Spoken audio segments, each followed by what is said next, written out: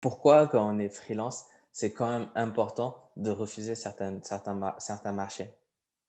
Alors c'est vrai que c'est hyper dur de savoir dire non, surtout quand on débute et qu'on n'a pas, des plannings, qui sont, remplis. On a tendance à un peu tout accepter et pourtant, justement, le fait d'être freelance, le gros avantage qu'on peut avoir par rapport à des salariés, c'est de pouvoir dire non. De dire ce qu'on a envie et de dire ce qu'on n'a pas envie. Faire ce qu'on a envie et de faire ce qu'on n'a pas envie. Donc donc c'est important parce que c'est un droit et c'est une des libertés finalement du freelance de Oui, choisir ses collaborateurs, ses missions, ses plannings, ses horaires et cetera. Autre raison de dire non, c'est que, forcément au début donc on va faire sa petite stratégie, on va dire: «Bon bah moi ma cible c'est ça et puis, je suis, performant dans ça, ça, ça et ça».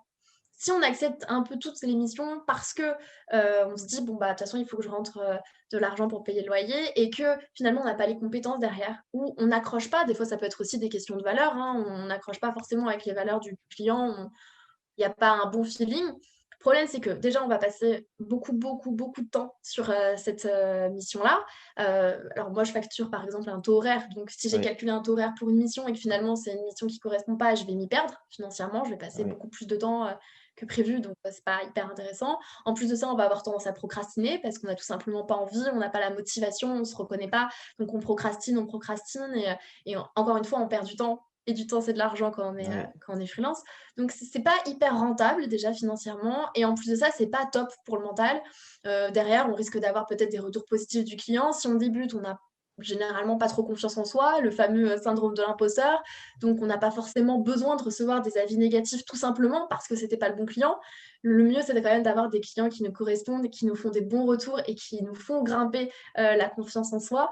Donc mentalement et financièrement, je dirais que c'est pas l'idéal. Donc on dit non aux clients qui ne correspondent pas à ce qu'on recherche et à ce qu'on est capable de proposer. Et pour continuer un peu sur ces, entre guillemets, les mauvais clients, on va dire ça avec beaucoup de guillemets. Ouais. Heu, que quelles sont les fausses conceptions qu'ont certaines boîtes des freelances? Et quand enfin, des choses qui peuvent t'arriver, tu te dis: «Mais what?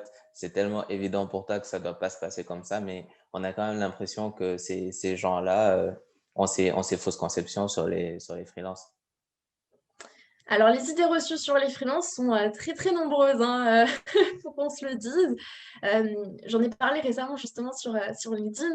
L'une des plus répandues, c'est qu'un freelance, il va être disponible 7 jours sur 7, 24 heures sur 24. Notamment avec cette croyance qu'il est en recherche de clients et donc, bah, et forcément, pour avoir le plus de clients possible, il doit être, disponible, tout le temps et puis d'un côté, il travaille chez lui, donc je ne sais pas pourquoi. Être chez soi, ça veut dire être totalement disponible, alors que c'est pas le cas. Ouais, Donc il y a cette première croyance de dire: «Ils sont tout le temps dispo». C'est faux. Heu, c'est vrai qu'on peut choisir nos plannings, nos emplois du temps, donc on peut travailler un week-end comme on peut travailler très tard le soir, pas comme, les salariés dans un bureau, on va dire avec du classique, 9h-18h. ouais. Donc on peut choisir nos horaires, mais ça ne veut pas dire qu'on est dans l'obligation de travailler en dehors des horaires de bureau. Donc il faut partir du principe que c'est des ils ont les mêmes horaires que les salariés, même si c'est pas forcément la vérité. On envoie des mails, enfin on attend une réponse surtout aux mails entre 9h et 18h, pas tard le soir ni le week-end. Pareil pour les appels et pareil pour les rendez-vous. Si le freelance répond, grand bien lui fasse et tant mieux pour vous. S'il ne répond pas, c'est normal. C'est normal, il a aussi une vie personnelle. Donc voilà, ça je pense que c'est la plus grosse, idée reçue sur le freelance. Et si tu pouvais nous raconter, une expérience qui s'est un peu mal passée ou aujourd'hui tu regardes avec l'expérience, ça te fait sourire, qu'est-ce que ce serait de ton expérience de freelance justement? Qu'on parle de ces mauvais clients. Alors, c'était pas forcément mauvais client, mais j'ai une petite anecdote, justement avec une cliente. Donc il faut savoir, je répète pour que tout le monde soit d'accord, que je suis rédactrice web freelance.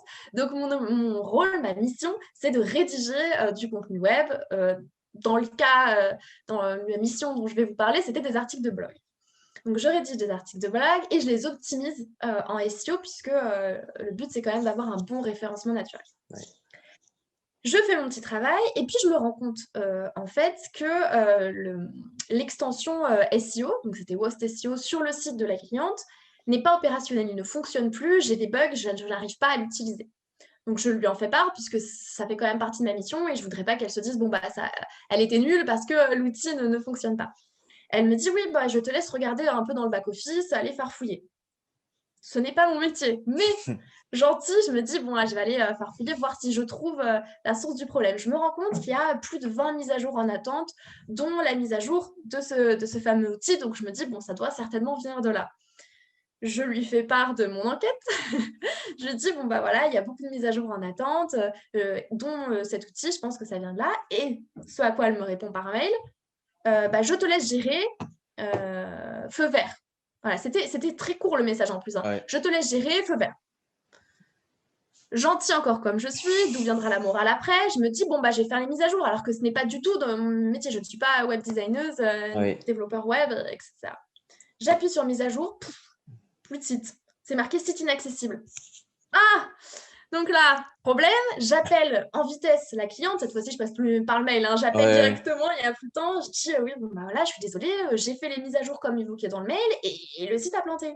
Et là, elles se mettent à m'engueuler en me disant: «Oui, mais il faut pas faire les mises à jour, ça fait planter le site» et cetera et cetera. Je m'en prends plein la figure. En plus, moi, hyper mal à l'aise parce que c'était un site e-commerce, donc tout Ouais. passait par le site.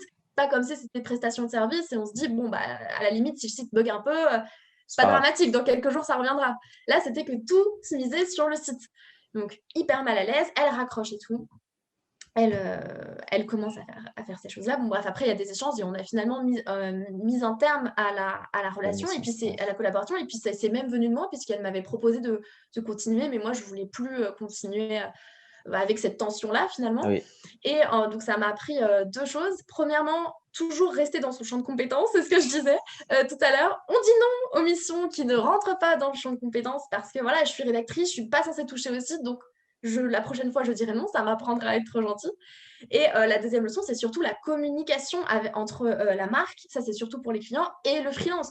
On Oui. communique, c'est-à-dire que si un freelance vous envoie un message, c'est pas pour qu'il soit lu 10 jours après ou qu'il soit survolé et puis qu'on répond n'importe quoi et puis après on se rend compte que ça fonctionnait pas. Puisque pour le coup, je pensais quand même avoir fait les choses dans l'ordre, j'ai envoyé un message, j'ai expliqué le problème et elle m'a dit feu vert. En fait, elle Oui. n'avait pas du tout lu le mail, elle voulait se débarrasser de ça au plus vite et elle avait répondu dans la précipitation. Donc, communication, communication, communication entre le freelance et le client. Et le client.